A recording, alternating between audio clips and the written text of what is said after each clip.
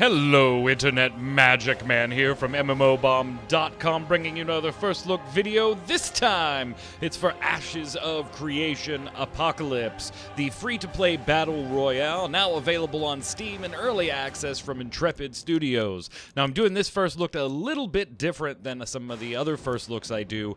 I actually recorded the gameplay footage, and now I'm going to do the commentary over the top. I'm not actually commenting as I'm playing for this one, because I feel like there's some things we need to go over that were kind of hard to talk about and play a battle royale. So I'm going to have a couple matches here. We'll talk about the menus when we get to them, and then we'll finish on up a few minutes from now. So right now I am queued for a solo match.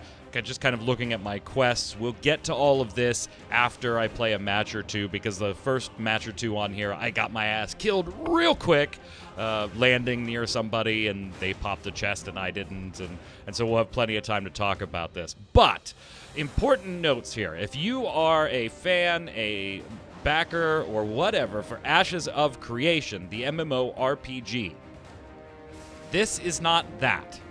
That is coming out later, 2020, and we probably won't cover it, at least initially, on MMOBomb, because it's not going to be free to play. At least that's not the plan right now, according to their current FAQ from Intrepid. That's going to have no box fee, but it will have a subscription. That's still coming, totally separate project.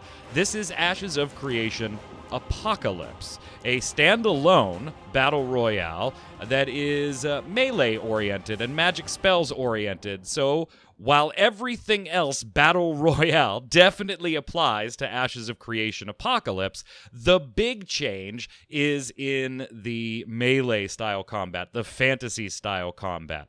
So that's the big difference. Now, you can play this on early access right now on Steam for free. There are no plans to bring it to consoles, at least in the very short term. They've said possibly after Ashes of Creation, maybe they might explore putting Apocalypse on consoles or trying to do something with Ashes of Creation, but they don't have any plans for that right now. All they've said is that, hey, our focus is on the MMORPG, and all of our coding is coded with the idea of being ported to consoles, making it very easy by doing some of that prep work now, but no clear plans yet to actually put it on consoles, either Ashes of Creation or Ashes of Creation Apocalypse, the Battle Royale, which I will from now on just refer to as Apocalypse, so you don't have to keep saying Ashes of Creation. Anyway, the game Apocalypse here doesn't, from the developer standpoint, doesn't and did not take away development time from Ashes of Creation, the MMORPG. Why? Because a lot of what they're doing in Apocalypse can be transcribed into the MMORPG version when it comes out. A lot of the assets can be used, a lot of the features can be used, the equipment, the skins, all of that fun stuff. Really, they've said in interviews that the only thing that doesn't transcribe from Apocalypse to the MMO is the corruption, the circle that closes through the Battle Royale. A lot of Ashes of Creation fans were kind of upset by the launch of Apocalypse, thinking it was taking a lot of time away from the development of the MMORPG, which is what they backed and what they supported. And the developer, Intrepid, has gone on record saying, this doesn't take away, in fact, this is an enhancement. This helps us. This proves concepts and helps them with server stability and things like that. Now, that being said, I will comment on server stability. In early access, not that great. However, it is better in Apocalypse now than it was in some previous testing where the game was almost inaccessible to most people. That being said, there are still ping issues occasionally. There are still lag issues here and there. The performance is, for me, it wasn't all that bad. But I have seen reports and reviews on Steam where the performance of the game was, let's just say, less than stellar. Your mileage may vary on that one. I think a lot of that's going to have to do with distance to server. There is a US East server. I am East Coast, so my latency was usually pretty low. But sometimes the ping, like you just saw there, the ping would pop up, particularly in those moments between going from your lobby or from your home screen to the lobby into the match itself. Now, I'm not going to comment on gameplay too much yet, because in this match, again, the first 2 matches here are going to be really quickly. I think I die in this room, actually, if I remember correctly. Somebody landed very close to me, so I really don't have time. I equip my bow and then basically get slaughtered. Anyway, back to Apocalypse versus the MMORPG. One of the cool things they are doing, and I really liked this, if you unlock cosmetics in Apocalypse, those will be available for you in the MMORPG.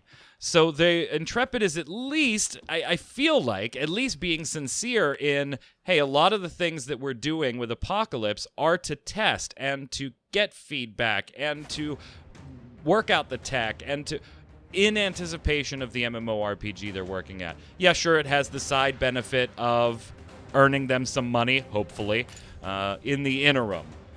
Maybe you view that as a cash grab. Maybe you don't. I don't know. That's going to be your personal opinion. You'll have to make the call.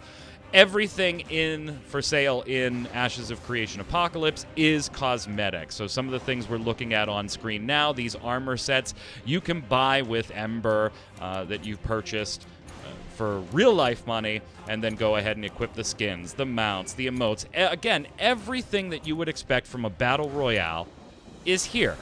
If you bought weapon skins in another game, they're here. If you bought armor skins, they're here. I will point out right here, though, this is your character customization tools. When you log in, there's not a tutorial or a create your character. There's none of that. You have to go into your armory and change male, female right there. You can change your head, too, but it's just from predefined heads, and you can unlock additional heads and hairstyles as cosmetic upgrades, too. Don't forget to save when you do it. The mount, obviously, is when you drop into the zone. That's kind of the Fortnite equivalent of the gliders, if we're going to compare it to one of the more popular BRs out there. We've got our emotes and all that fun stuff as well. All of these items, these skins, being transferable to your account if you link the 2 accounts when you play the MMO. So I kind of like that. I don't know. I don't personally view this as a cash grab. I do see the argument, though, on if you were going to do a battle royale, why wasn't it just a PvP mode in the game? The MMORPG itself. I do kind of feel like there is some validity to that particular argument. Also, if you're jumping into the battle royale here thinking you'll get to do the castle siege and some other modes that they had planned for Apocalypse, those are not available yet. All you have is the basic battle royale experience. 100 players, go in, be the last one standing through getting your gear and your spells and everything, and hiding or killing people, whatever works best for your strategy to go ahead and claim victory. That said, I do gotta say, those of you that have watched MMOBomb for a long time now know that Magic Man here is not the best at battle royales. 1, I don't play them all that often, and 2, I'm not very good at them when I do play them, and I've never really found one that stuck with me enough to want to play it for a long period of time and get good at it. So, although I've top 10 many times in different battle royales, truth be told, I have never once actually claimed victory in a battle royale until Apocalypse. I guess it was maybe my 3rd match. Unfortunately, it won't be on the recording here because the server was having a little bit of lag, and I did really bad lag to the point that they popped global messages up saying, hey, you know, we're doing something about the lag. And I didn't want to record footage and show off the game like that. That wouldn't have been fair. But I did win. I did win one. I have a screenshot of it, but I don't have video of it. So I finally won a battle royale, and it was in Ashes of Creation. Starting the match, it had 75 or 78 players in it. So what do you get in this game? Well, taking a look at the user interface on this little short match, again, this is one that I die pretty quickly on. You see the red bar is our health, the green bar is our stamina. Things like jumping and dodging, where you can dodge and roll or you know, kind of strafe, dive strafe to the side. Those actions take up stamina. Sprinting with shift does not take up stamina, so you don't have to worry about that. Underneath the red bar is our armor bar. That's your shield, again, equivalent to Fortnite. And below the green bar, we have our mana bar. So as we pick up blue mana gems, that bar will fill up. Now, what do you use mana for? That's going to be the magic spells. Where do you get magic spells? Well, in chests, just like this one, you can get gear, both chest pieces and leg pieces. You have 2 pieces of gear to equip. And notice, equipping the invisibility gear there did give me the ability to use an invisibility spell. You now see it in the lower right, just above and to the left of the MMOBomb icon. Another one just popped in there because of a tome that I picked up in my item slot 2. Again, those are spells that I can use. To use those, I need to have mana. To gain mana, I pick up blue mana gems, which you just walk over and they're going to pick up. You don't actually have to hit a button to pick them up. Little combat here. Combat is of the action variety if you want to compare it to an MMORPG. While you swap gear and you have your spells, everything is aimed. You've got to be on target. No tab targeting here, and I think, obviously, you probably guessed that with this being a battle royale and not an MMORPG. We'll talk more about gear and the progression in-game, but let's take a look at the menus, starting with the Adventurer Path, or the Adventure Path. This is your season pass. Right now, it's going to be good for another 80 days. And if you're on the Adventure Path, the gray one, you're a free player. You can unlock the legendary one for $9.99 or 1,000 embers here. That's the equivalent of their season pass, is the Adventure Path, the legendary path version. So you'll notice that I get a ton of rewards along the legendary path, and for some reason, the Adventure Path, the rewards stop at level 25, which I thought was a little weird. I understand that normally the free-to-play players have the rewards spaced out a little more, but I thought it was weird that there were no rewards after level 25, period. Personally, I have not leveled up enough in VRs to know if that's pretty standard, but I would have expected rewards even if they were a little more spaced out. I know Fortnite, watching my daughter play, you get rewards all the way through. The best way to level up, of course, is doing your quests. And you have your weekly quests, and every day you get 2 daily quests. You can see them right on your main menu here. Your 2 daily quests will net you 2 grand in XP each, and then your other quests have a variety of XP. The current ones, I'm only seeing 6,500 for a total of, I think it's like 45,500 per week. If you do those, notice that 3 of those, however, were locked behind the Adventure Path. You can queue up solo, duo, squad, and guild. Guild is flat out not available. Duo is not available right now in most areas. And of course, your party size would depend on that too. So if you team up with friends, you may be able to queue as a duo, but there is no random duo queue at the moment. You can't queue up solo for a duos round. It's not going to automatically matchmake you. You got to have some friends. You got to play the game, get the quests, level up, get the rewards, ad nauseum, ad infinitum, repeat, repeat, repeat. Again, standard battle royale fare. So let's take this last match here where I do a little better here and actually get to show you some stuff to talk about the game itself, how you control it, how it plays. I'm going to give some opinions along the way here too. Graphically, you may not like this game and its graphic performance. In fact, reading some reviews, I have seen that the game is taxing even some high-end graphics cards. For some maybe unknown or bizarre reasons. Some graphics cards that should eat the shit out of this game are maxing out at high 100% usage, and in some cases, users have claimed it is heating up to tremendous degrees. While that did not happen to me, I did notice that GPU usage was a bit higher than I would have expected playing this game when I compare it to something else, a little more modern, maybe like an Elder Scrolls Online. But, that being said, while I would not call the graphics top tier, I would not say these graphics are bad. I really like this aesthetic. It's not top tier, but I don't think it's, it doesn't burn my eyes like some other games. Right now I'm going to do some strafing and things in the lobby here so that you can see the stamina meter. Holding tab to block, dodging, diving left to right, forward, lunging as alternate attacks. All of those take stamina. So I'll go and I'll try and block and notice how my stamina meter goes down. And, of course, they didn't come and swing. I do leave the tutorial window open to the right. You can close that. I just leave it open here for the first look so that you can see some of the key bindings.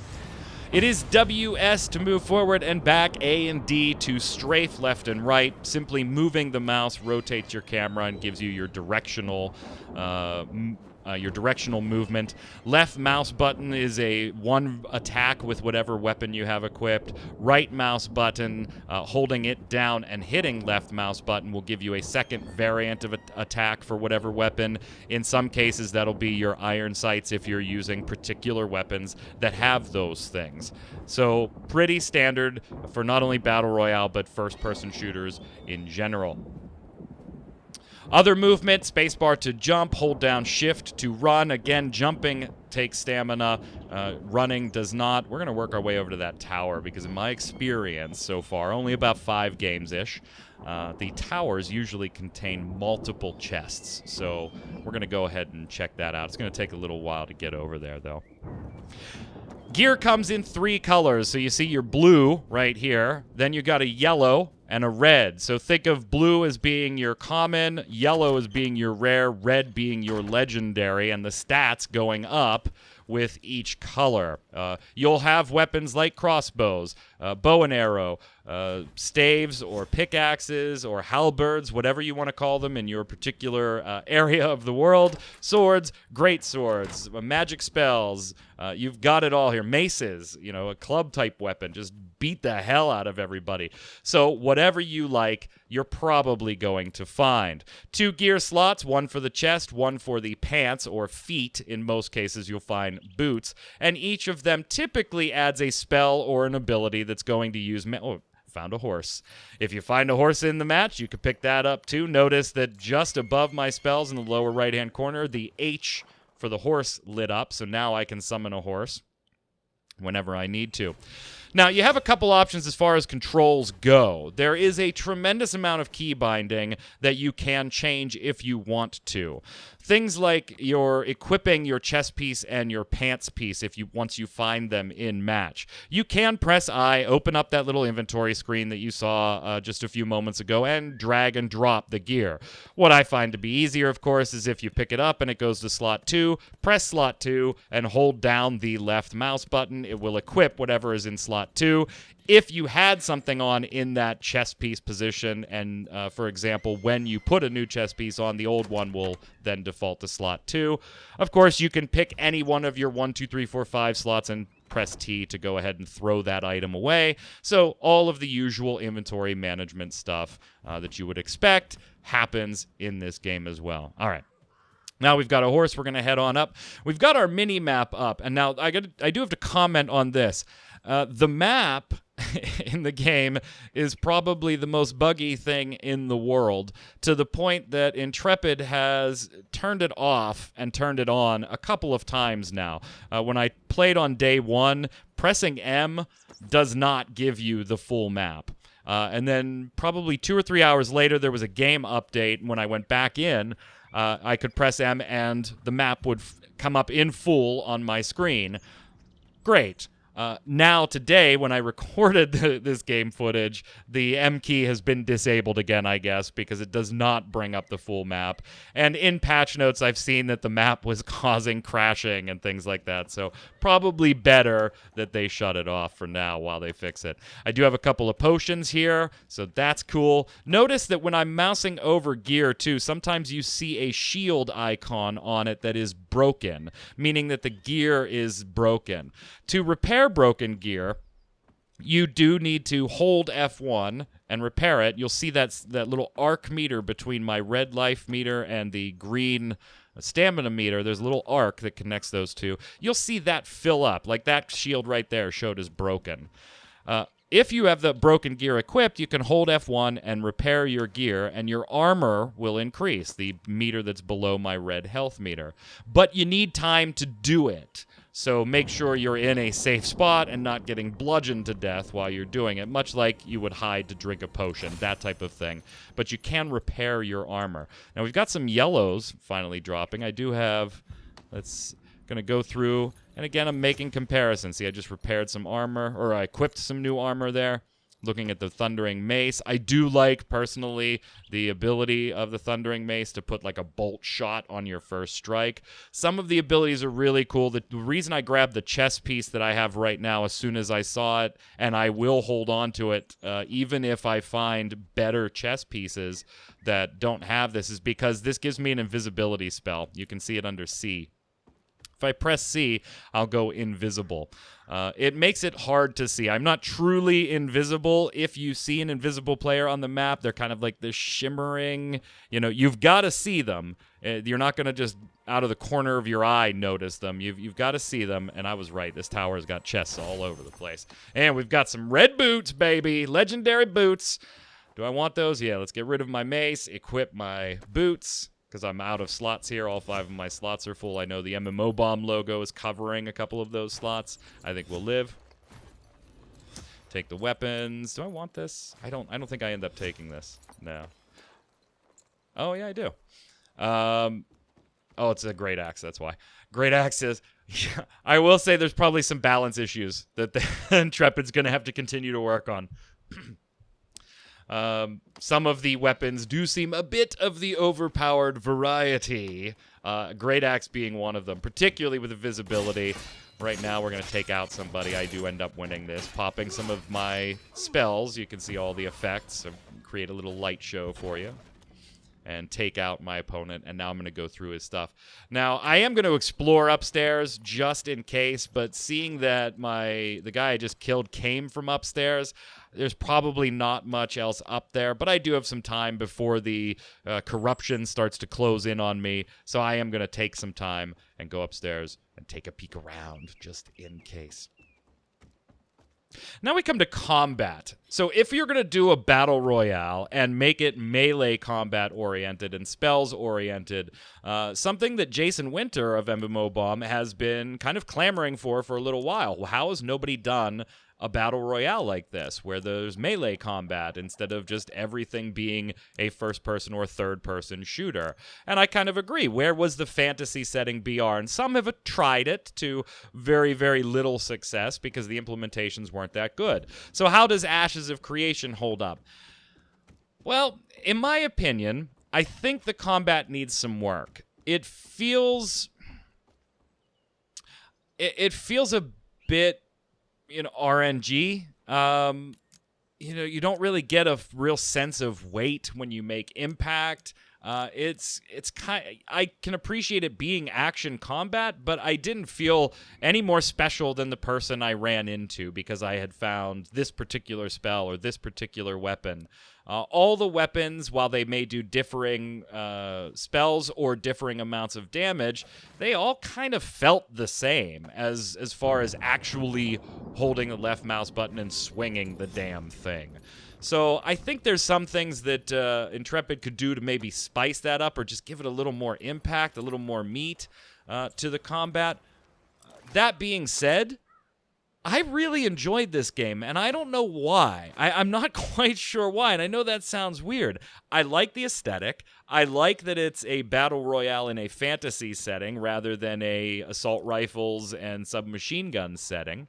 As far as everything else, it follows all the basic battle royale rules. You know, the storm's closing in, and you're going to take increased damage if you stand in it while you're trying to run. And you're trying to get the best gear to outlast your opponents so that you can go level up and get some cosmetic stuff. Repeat, repeat, repeat, repeat. But I did enjoy this. Are there things that I would like to have changed? Yes, I would like combat to be a little tighter. Right now, it just feels like it's so action-y that it's almost arcadey, if that's a good way to describe it. But I didn't feel like it's the type of game where, with the exception of maybe the crossbows, which you can do a little bit of sniping with and stuff like that, I didn't really feel like you could get the jump on somebody unless you just flat out came up behind them. There is dodging, there is parrying, there is blocking by holding tab. So if I start to get a little better at the game and implement those a little more into my combat, maybe I'll start feeling some variety. But really, all the combat just kind of felt like it was just boiling down to, if you saw somebody and they saw you, get as close as possible and slam on your weapon and all of your abilities that are applicable all at once, and whoever does that faster wins. With the exception, again, of people that were able to pluck you from afar with ranged weapons that had the ability to target from great distances, and sometimes some of the magical spell tomes were a bit of a pain in the ass to deal with. I think I actually die in this match to somebody that just repeatedly nuked me with a spell tome that was doing a huge AoE effect, and I couldn't do anything stamina-wise to keep getting out of the way and pursuing actually attacking my opponent. So there are some strategies if you want to do that, but I think combat needs to be, a little more balanced. Some of the weapons seemed wildly out of control as far as the amount of... If you snuck up behind somebody, a great axe to the head, and I know in real life, yeah, great axe to the head and you're dead. I get it. But in this particular setting, I didn't feel like a great axe to the head should one-shot somebody in a fantasy setting in a BR just because I happen to walk up behind them. All in all, it's got issues. It's early access, and it's got the typical early access issues, connectivity issues, server stability issues. But I think all the trademarks are here for something unique, or at least different, in the Battle Royale genre. It doesn't do anything as far as the gameplay goes that's different, but being in a fantasy setting, being melee weapons predominantly, with some ranged, being magic-based, the game does feel different enough in my book that I think Intrepid could do some really cool things with it. I mean, I wouldn't rate it a 10 out of 10 right now. I'd probably put it at about the 6-ish mark on my own personal meter, maybe closing in on a 7 as a slightly above average battle royale. It gets maybe one bonus point above average because it's a battle royale that I really enjoyed. I did like the graphic aesthetics of the game, the kind of watercolor pastels to it. I did shell out $10 for the legendary pass because the rewards seemed worth it. You know what? I'll give you $10 for that type of stuff, and come see me in 90 days, and if I'm still playing, I'll give you another $10 then. I'm probably not going to buy very many cosmetics, but that's just generally because I don't buy cosmetics in games. I think right here I thought I was picking up a potion, or I was picking up a potion, and I thought I was going to stack, but my potion stack was full, and I ended up throwing my weapon down in exchange for that potion, so we're going to have to go fix that, run up and get my weapon back. But all in all, I did enjoy it. I will continue to watch it. I will continue to play it. And I think, most importantly for Intrepid, this does make me a little more interested in Ashes of Creation. Again, I know we're not going to talk much about that on MMOBomb because it's not a free-to-play game, or at least won't be at the onset. I was not a backer or anything. I was just kind of mildly watching Ashes of Creation. But I liked what I saw here enough to want to see what they're going to do with the MMORPG. And I know this particular game is going to be viewed by many as just another battle royale. And you're right. It is. It is just another battle royale. If you're looking for a bit of a change in the way the combat goes, though, maybe this scratches that itch for you. I'm going to pop Invis here. And this is where I end up dying. So we'll get ready to sign off here. If you want to check out Ashes of Creation Apocalypse, it is free to play in early access on Steam right now. That's the way you can play it.